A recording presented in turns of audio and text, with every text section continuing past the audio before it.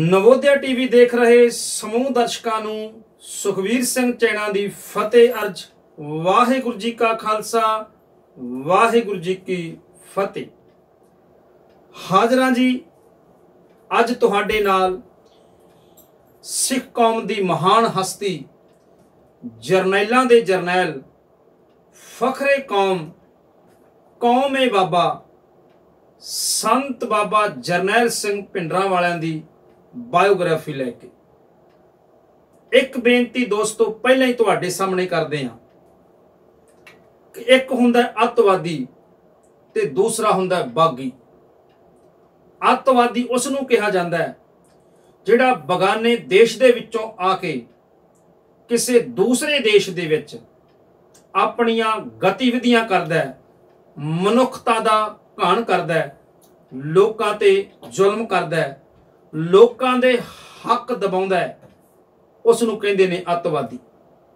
जिहड़ा अपने देश विच पैदा होके अपने देश दे, अपनी कौम दे, अपने धर्म दे लोकां लई सिस्टम दे खिलाफ सच दी आवाज़ बन के खड़ोंदा है, उहनूं कहंदे ने बागी। भावें कि वक्खो वक्खरी विचारधारा दे लोकां ने बाबा जरनैल सिंह भिंडरांवालियां नूं वक्खो वक्खरे नाम दिते ने। कोई उन्हां नूं अतवादी कहंदा है, कोई उन्हां नूं वक्खवादी कहंदा है, ते सिख बड़े सत्कार नाल उन्हां नूं शहीद कहंदे ने। संत बाबा जरनैल सिंह दा जन्म 2 जून 1947 नूं बाबा जोगिंदर सिंह दे घर माई निहाल कौर दी कुखों मालवे दे प्रसिद्ध नगर फरीदकोट जिले दे पिंड रोडे विच होया। मुढ़ली तालीम अपने ही पिंड दे प्राइमरी स्कूल विचों प्राप्त कीती। उस तो बाद पिता पुरखी खेतीबाड़ी दे काम दे विच अपने पिता दे नाल लग गए। सन 1965 आउंदा है, संत बाबा गुरबचन सिंह खालसा जिहड़े उस समय जथा भिंडरां दमदमी टकसाल दे मुखी सन, रोडे पिंड विच आउंदे ने। उन्हां दी गुरबाणी सिद्धांत, गुरबाणी दी कथा ते सिख इतिहास नूं सुन के इस छोटे नौजवान बालक बाबा जरनैल सिंह दे मन उत्ते बहुत प्रभाव पिया ते ओ बाबा गुरबचन सिंह खालसा जी प्रेरणा सदका उन्हां दे जथे विच शामिल हो गए। बाबा जरनैल सिंह ने अपना उस्ताद गुरबचन सिंह खालसा भिंडरांवालियां नूं मन लिया ते उन्हां पास 1 साल रहे। सिख धर्म ग्रंथां, अध्यात्मक विचारां अते इतिहास ग्रंथां दा चंगी तरह अध्ययन कीता। सन 1966 विच ਉਹ वापस पिंड रोडे आ गई ਅਤੇ ਭਾਈ ਸੁੱਚਾ ਸਿੰਘ ਦੀ ਪੁੱਤਰੀ ਬੀਬੀ ਪ੍ਰੀਤਮ ਕੌਰ ਦੇ ਨਾਲ ਵਿਆਹ ਕਰਕੇ ਗ੍ਰਸਤ ਜੀਵਨ ਵਿੱਚ ਪ੍ਰਵੇਸ਼ ਕੀਤਾ। ਪਰ ਇਨ੍ਹਾਂ ਸਮਿਆਂ ਦੇ ਵਿੱਚ ਵੀ ਬਾਬਾ ਜਰਨੈਲ ਸਿੰਘ ਨੇ ਦਮਦਮੀ ਟਕਸਾਲ ਜਥਾ भिंडरां ਦੇ ਨਾਲ ਆਪਣਾ ਸੰਬੰਧ ਜੋੜੀ ਰੱਖਿਆ। ਜੂਨ 1969 ਆਉਂਦਾ ਹੈ, संत गुरबचन सिंह खालसा उस संसार नूं अलविदा कह जाते हैं। उन्हां तो बाद संत करतार सिंह खालसा टकसाल दे मुखी बनते हैं। उस समय जथा भिंडरां दा केंद्र गुरुद्वारा गुरदर्शन प्रकाश चौंक महता विच बदलिया जाता है। 16 अगस्त 1977 ਦੇ ਵਿੱਚ ਸੰਤ ਬਾਬਾ ਕਰਤਾਰ ਸਿੰਘ ਜੀ ਇੱਕ ਸੜਕ ਹਾਦਸੇ ਦੇ ਵਿੱਚ ਇਸ ਸੰਸਾਰ ਨੂੰ ਅਲਵਿਦਾ ਕਹਿ ਕੇ ਪਰਮਾਤਮਾ ਦੇ ਵਿੱਚ ਲੀਨ ਹੋ ਜਾਂਦੇ ਨੇ। ਪਰ ਉਹਨਾਂ ਨੇ ਆਪਣੀ ਮ੍ਰਿਤੂ ਤੋਂ ਪਹਿਲਾਂ ਸੰਤ ਜਰਨੈਲ ਸਿੰਘ ਨੂੰ ਟਕਸਾਲ ਦਾ ਮੁਖੀ ਨਾਮਜ਼ਦ ਕਰ ਦਿੱਤਾ ਸੀ। 25 ਅਗਸਤ 1977 ਨੂੰ ਭੋਗ ਉਪਰੰਤ ਸੰਗਤ ਨੇ ਆਪ ਦਮਦਮੀ ਟਕਸਾਲ ਦਾ ਮੁਖੀ ਬਾਬਾ ਜਰਨੈਲ ਸਿੰਘ ਨੂੰ ਥਾਪ ਦਿੱਤਾ। ਟਕਸਾਲ ਦਾ ਕਾਰਜਕਾਰ ਸੰਭਾਲਣ ਤੋਂ ਬਾਅਦ ਸਿੱਖਾਂ ਵਿੱਚੋਂ ਪਤਤ ਪੁਣੇ ਨੂੰ ਖਤਮ ਕਰਕੇ ਅੰਮ੍ਰਿਤ ਛਕਾਉਣ ਦੀ ਮੁਹਿੰਮ ਸੰਤ ਬਾਬਾ ਜਰਨੈਲ ਸਿੰਘ ਨੇ ਆਰੰਭ ਕਰ ਦਿੱਤੀ। ਉਸ ਸਮੇਂ ਨਿਰੰਕਾਰੀਆਂ ਵੱਲੋਂ ਸਿੱਖ ਧਰਮ ਦੇ ਸਿਧਾਂਤਾਂ ਦੇ ਵਿਰੁੱਧ ਪਸਾਰੀਆਂ ਜਾਣ ਵਾਲੀਆਂ ਮਾਨਤਾਵਾਂ ਦਾ ਤੀਬਰ ਵਿਰੋਧ ਹੋਇਆ। ਸਨ 1978 ਆਉਂਦਾ ਹੈ। ਨਿਰੰਕਾਰੀਆਂ ਨੂੰ ਅੰਮ੍ਰਿਤਸਰ ਸਾਹਿਬ ਵਿਖੇ ਸੰਮੇਲਨ ਕਰਨ ਦੀ ਪੰਜਾਬ ਸਰਕਾਰ ਨੇ ਆਗਿਆ ਦੇ ਦਿੱਤੀ। ਸੰਤ ਜਰਨੈਲ ਸਿੰਘ ਅਤੇ ਅਖੰਡ ਕੀਰਤਨੀ ਜਥੇ ਵਾਲਿਆਂ ਨੇ ਇਹਦਾ ਵਿਰੋਧ ਕੀਤਾ। ਕੁੱਝ ਸਿੰਘ ਆਪਣਾ ਰੋਸ ਪ੍ਰਗਟ ਕਰਨ ਲਈ ਸੰਮੇਲਨ ਵਾਲੇ ਅਸਥਾਨ ਨੂੰ ਚੱਲ ਪਏ, ਜਿੱਥੇ ਨਿਰੰਕਾਰੀਆਂ ਦੇ ਬੰਦੂਕਧਾਰੀਆਂ ਨੇ ਸਿੱਖਾਂ ਉੱਤੇ ਗੋਲੀਆਂ ਚਲਾ ਦਿੱਤੀਆਂ ਔਰ 13 ਸਿੰਘ ਸ਼ਹੀਦ ਹੋ ਗਏ, 78 ਤੋਂ ਉੱਪਰ ਜ਼ਖਮੀ। ਸੰਤ ਜਰਨੈਲ ਸਿੰਘ ਨੇ ਪੰਜਾਬ ਸਰਕਾਰ ਪ੍ਰਤੀ ਰੋਸ ਪ੍ਰਗਟ ਕੀਤਾ। ਨਿਰੰਕਾਰੀਆਂ ਦੇ 64 ਵਿਅਕਤੀਆਂ ਦੇ ਉੱਪਰ ਮੁਕੱਦਮਾ ਦਰਜ ਕੀਤਾ ਗਿਆ, ਪਰ 4 ਜਨਵਰੀ 1980 ਨੂੰ ਇਹ ਸਾਰੇ ਬਰੀ ਕਰ ਦਿੱਤੇ ਗਏ। ਇਸ ਫੈਸਲੇ ਦੇ ਨਾਲ ਸਿੱਖ ਕੌਮ ਦੇ ਅੰਦਰ ਰੋਹ ਜਾਗ ਪਿਆ ਅਤੇ ਸਿੱਖ ਸੰਗਤਾਂ ਸੰਤ ਬਾਬਾ ਜਰਨੈਲ ਸਿੰਘ ਦੀ ਅਗਵਾਈ ਹੇਠ ਜੁੜਨੀਆਂ ਸ਼ੁਰੂ ਹੋ ਗਈਆਂ। ਸਮਾਂ ਚੱਲਦਾ ਹੈ।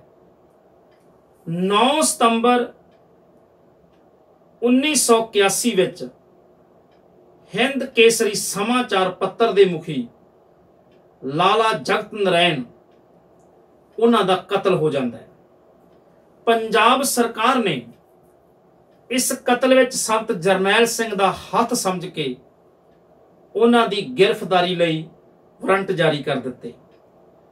ਬਾਬਾ ਜਰਨੈਲ ਸਿੰਘ ਹੋਰੀ ਉਸ ਵੇਲੇ ਆਪਣੇ ਧਰਮ ਪ੍ਰਚਾਰ ਦੇ ਲਈ ਹਰਿਆਣੇ ਦੇ ਹਿਸਾਰ ਜ਼ਿਲ੍ਹੇ ਦੇ ਪਿੰਡ ਚੰਦੋ ਕਲਾਂ ਵਿੱਚ ਠਹਿਰੇ ਹੋਏ ਸਨ। ਪੰਜਾਬ ਅਤੇ ਹਰਿਆਣੇ ਦੀ ਪੁਲਿਸ ਨੇ ਉਹਨਾਂ ਨੂੰ ਪਕੜਨ ਦਾ ਯਤਨ ਕੀਤਾ, ਪਰ ਇੱਕ ਗੁਪਤ ਢੰਗ ਦੇ ਨਾਲ ਬਾਬਾ ਜਰਨੈਲ ਸਿੰਘ ਚੌਂਕ ਮਹਿਤਾ ਪਹੁੰਚ ਗਏ। ਬਾਅਦ ਵਿੱਚ ਪੁਲਿਸ ਨੇ ਉਹਨਾਂ ਦੇ ਜਥੇ ਤੇ ਗੋਲੀਆਂ ਚਲਾਈਆਂ, ਸਮਾਨ ਲੁੱਟਿਆ, ਸਾੜ ਫੂਕ ਕੀਤੀ ਗਈ, ਜਿਸ ਵਿੱਚ ਗੁਰਬਾਣੀ ਦੇ ਗੁਟਕੇ, ਇਤਿਹਾਸ ਦੀਆਂ ਪੋਥੀਆਂ ਤੇ ਉਸ ਸਮੇਂ ਭਿੰਡਰਾਂ ਜਥਾ ਦੇ ਕੁਝ ਗੱਡੀਆਂ ਨੂੰ ਵੀ ਅੱਗ ਲਾ ਦਿੱਤੀ ਗਈ। 20 ਸਤੰਬਰ 1981 ਨੂੰ ਸੰਤ ਜਰਨੈਲ ਸਿੰਘ ਭਿੰਡਰਾਂ ਵਾਲੇ ਮਹਿਤਾ ਚੌਂਕ ਆਪਣੇ ਆਪ ਨੂੰ ਗ੍ਰਿਫਤਾਰੀ ਲਈ ਪੇਸ਼ ਕਰਦੇ ਨੇ। ਇਸ ਦੇ ਸਿੱਟੇ ਵਜੋਂ ਕਈ ਥਾਵਾਂ ਤੇ ਹਿੰਸਕ ਘਟਨਾਵਾਂ ਹੋਈਆਂ।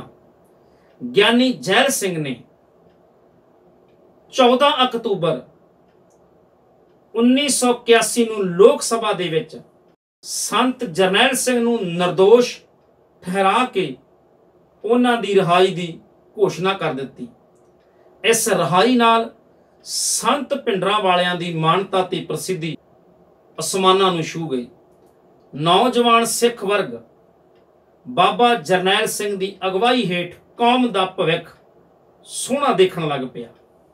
ਸੰਤਾਂ ਨੇ ਵੀ ਸਰਕਾਰ ਦੇ ਵਿਰੁੱਧ ਹੁਣ ਖੁੱਲ੍ਹ ਕੇ ਬੋਲਣਾ ਸ਼ੁਰੂ ਕਰ ਦਿੱਤਾ। 20 ਅਪ੍ਰੈਲ 1982 ਵਿੱਚ ਜਦੋਂ ਸੰਤ ਜਰਨੈਲ ਸਿੰਘ ਭਿੰਡਰਾਂ ਵਾਲੇ ਪ੍ਰਚਾਰ ਹਿੱਤ ਬੰਬਈ ਦੇ ਇਲਾਕੇ ਦਾਦਰ ਦੇ ਸਿੰਘ ਸਭਾ ਗੁਰਦੁਆਰੇ ਵਿੱਚ ਠਹਿਰੇ ਹੋਏ ਸਨ, ਉਦੋਂ ਵੀ ਸਰਕਾਰ ਨੇ ਇਹਨਾਂ ਨੂੰ ਗ੍ਰਿਫਤਾਰ ਕਰਨ ਦੀ ਕੋਸ਼ਿਸ਼ ਕੀਤੀ, ਪਰ ਉੱਥੋਂ ਵੀ ਚੁੱਪ ਚੁਪਾਤੇ ਚੌਂਕ ਮਹਿਤਾ ਪਹੁੰਚ ਗਏ।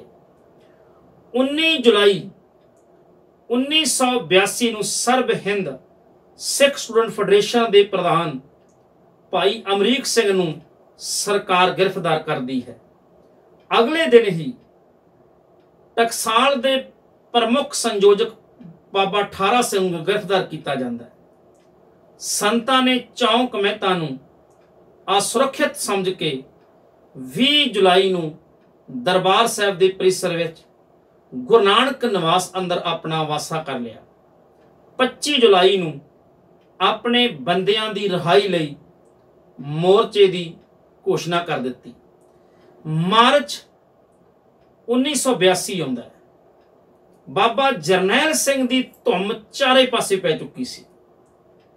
महाराष्ट्र विच शिव सेना प्रमुख बाल ठाकरे ने मुंबई विच एक बयान दिता कि जे किते भिंडरांवाला महाराष्ट्र विच हुंदा असी 2 घंटिਆਂ विच ਉਹਨੂੰ बंद लेना सी।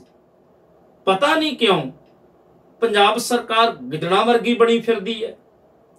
जदों संत बाबा जरनैल सिंह भिंडरांवालिਆਂ ਨੂੰ बाल ठाकरे दे इस ऐलान का पता लग्या, उन्होंने चुनौती नूं स्वीकार किया।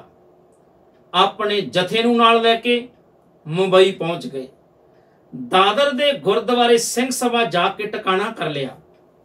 सिख संगतां ने दादर दे इलाके विच उन्हां दा भरवां स्वागत किया। बाबा जरनैल सिंह उन्होंने दादर विखे ऐलान किया कि कल नूं असीं शहर दीयां गलियां विच दी गुजरांगे। जे बाल ठाकरे विच हिम्मत है सानू हथ भी ला के दिखावे। लगातार 3 दिन संत जरनैल सिंह मुंबई रहे, शहर विच फिरदे रहे, पर बाल ठाकरे ना दिखाई दिता ते ना उहदा कोई बयान आया। सतलुज यमुना लिंक नहर अकालियां दे वल्लों धर्म युद्ध मोर्चा लाया गया, पर बहुत ही सफलता दिखाई नहीं सी दे रही। उस वेले संत जरनैल सिंह ने इस मोर्चे नाल सांझ पा ली। इस तरह संत जरनैल सिंह समुचे पंथ दे हुण सब तो वड्डे लीडर बन गए सन। नवंबर 1982 दिल्ली विच एशियाई खेडां हुंदियां ने। हरियाणा पुलिस वालों जरनैली सड़क उत्ते सिख यात्रुओं नाल दुर्व्यवहार किया जाता है। पंजाब का माहौल खराब करने का यतन किया जाता है। सरकार वालों फौजी कार्रवाई करन दी भिणक जदों संतां नूं पई तां 15 दसंबर 1983 नूं ਇਹ अपने बंदियां सहित अकाल तख्त साहिब विखे दाखिल हुंदे ने। मेजर जनरल शाहबाज सिंह दी जुगत नाल बचाव दीयां तैयारियां आरंभ हो गईयां। हथियारां नूं इकट्ठा किया जाण लगा। 6 अक्तूबर 1983 आउंदा है। पंजाब दे विच राष्ट्रपति राज लागू किया जाता है। मई 1984 के अंत तक पंजाब की धरती ते 6 डिवीजन फौजां विशेष रूप दे विच तैनात कर दित्तियां गईयां। कमांडो दस्ते अमृतसर पहुंचण लगे। 3 जून 1984 नूं धन गुरु अर्जन देव पातशाह का शहीदी पुरब सी। हजारां की गिनती संगतां दरबार साहब अमृतसर साहब विखे इकट्ठियां हो रही सन। उस समय अमृतसर अते नेड़े लगदे जिलियां विच कर्फ्यू लगा दिता गया। 5 ते 6 जून नूं 1984 रात नूं ऑपरेशन ब्लू स्टार आरंभ हुंदा है। भावें कि ये जिहड़ी कार्रवाई है 1 जून तो ही आरंभ हो गई सी, पर 1, 2, 3 ते 4 जून नूं रुक रुक के सरकार दियां फौजां ने कार्रवाई की। 5 ते 6 जून नूं टैंकां दे नाल तोफां दे नाल हरमंदर साहब ते श्री अकाल तख्त साहब उत्ते हमला किया गया। गिनती विच अंदर बहुते जुझारू सिख नहीं सन, पर हजारां दियां फौजां चढ़ के आईयां। बेशुमार अणगिणत आम संगतां उत्थे मारियां गईयां और बहुत सारे जुझारू योधे भी शहीद हुए। 7 जून 1984 नूं संत बाबा जरनैल सिंह भिंडरांवालियां दी लाश ਹਰਮੰਦਰ ਸਾਹਿਬ ਦੀਆਂ ਪਰਿਕਰਮਾ ਦੇ ਵਿੱਚੋਂ ਬਰਾਮਦ ਹੁੰਦੀ ਹੈ। ਹੋਰ ਵੀ ਬਹੁਤ ਸਾਰੇ ਸ਼ਹੀਦ, ਜਿਨ੍ਹਾਂ ਵਿੱਚੋਂ ਬਾਬਾ ਠਾਰਾ ਸਿੰਘ, ਮੇਜਰ ਜਨਰਲ ਸੁਬੇਗ ਸਿੰਘ ਹੋਰੀ ਸ਼ਾਮਲ, ਉਹਨਾਂ ਦੀਆਂ ਲਾਸ਼ਾਂ ਵੀ ਸਰਕਾਰ ਨੂੰ ਬਰਾਮਦ ਹੋਈਆਂ। ਇਸ ਤਰ੍ਹਾਂ ਅਣਖ ਦੇ ਨਾਲ, ਸਿੱਖ ਸਿਧਾਂਤ ਦੇ ਨਾਲ, ਧਰਮ ਦੀ ਰੱਖਿਆ ਤੇ ਸੱਚ ਦੀ ਆਵਾਜ਼ ਬਣ ਕੇ ਬਾਬਾ ਜਰਨੈਲ ਸਿੰਘ ਜਿਉਂਦੇ ਰਹੇ ਤੇ ਮਰਨ ਵੇਲੇ ਵੀ ਉਹਨਾਂ ਨੇ ਆਪਣੇ ਆਪ ਨੂੰ ਤੇ ਕੌਮ ਦੀ ਪੱਗ ਨੂੰ ਕਦੇ ਝੁਕਣ ਨਹੀਂ ਦਿੱਤਾ। ਸਿੱਖ ਕੌਮ ਸਦਾ ਹੀ ਬਾਬਾ ਜਰਨੈਲ ਸਿੰਘ ਦੀਆਂ ਕੁਰਬਾਨੀਆਂ ਤੋਂ, ਉਹਨਾਂ ਦੀ ਵਿਚਾਰ ਤੋਂ ਸੇਧ ਲੈਂਦੀ ਰਹੇਗੀ। ਇਸੇ ਤਰ੍ਹਾਂ ਅਗਲੇ ਵੀਡੀਓ ਵਿੱਚ ਕਿਸੇ ਮਹਾਨ ਸ਼ਖਸੀਅਤ ਦੀ ਬਾਇਓਗ੍ਰਾਫੀ ਲੈ ਕੇ ਅਸੀਂ ਫਿਰ ਹਾਜ਼ਰ ਹੋਵਾਂਗੇ। ਤਦ ਤੱਕ ਲਈ ਧੰਨਵਾਦ। ਵਾਹਿਗੁਰੂ ਜੀ ਕਾ ਖਾਲਸਾ, ਵਾਹਿਗੁਰੂ ਜੀ ਕੀ ਫਤਿਹ।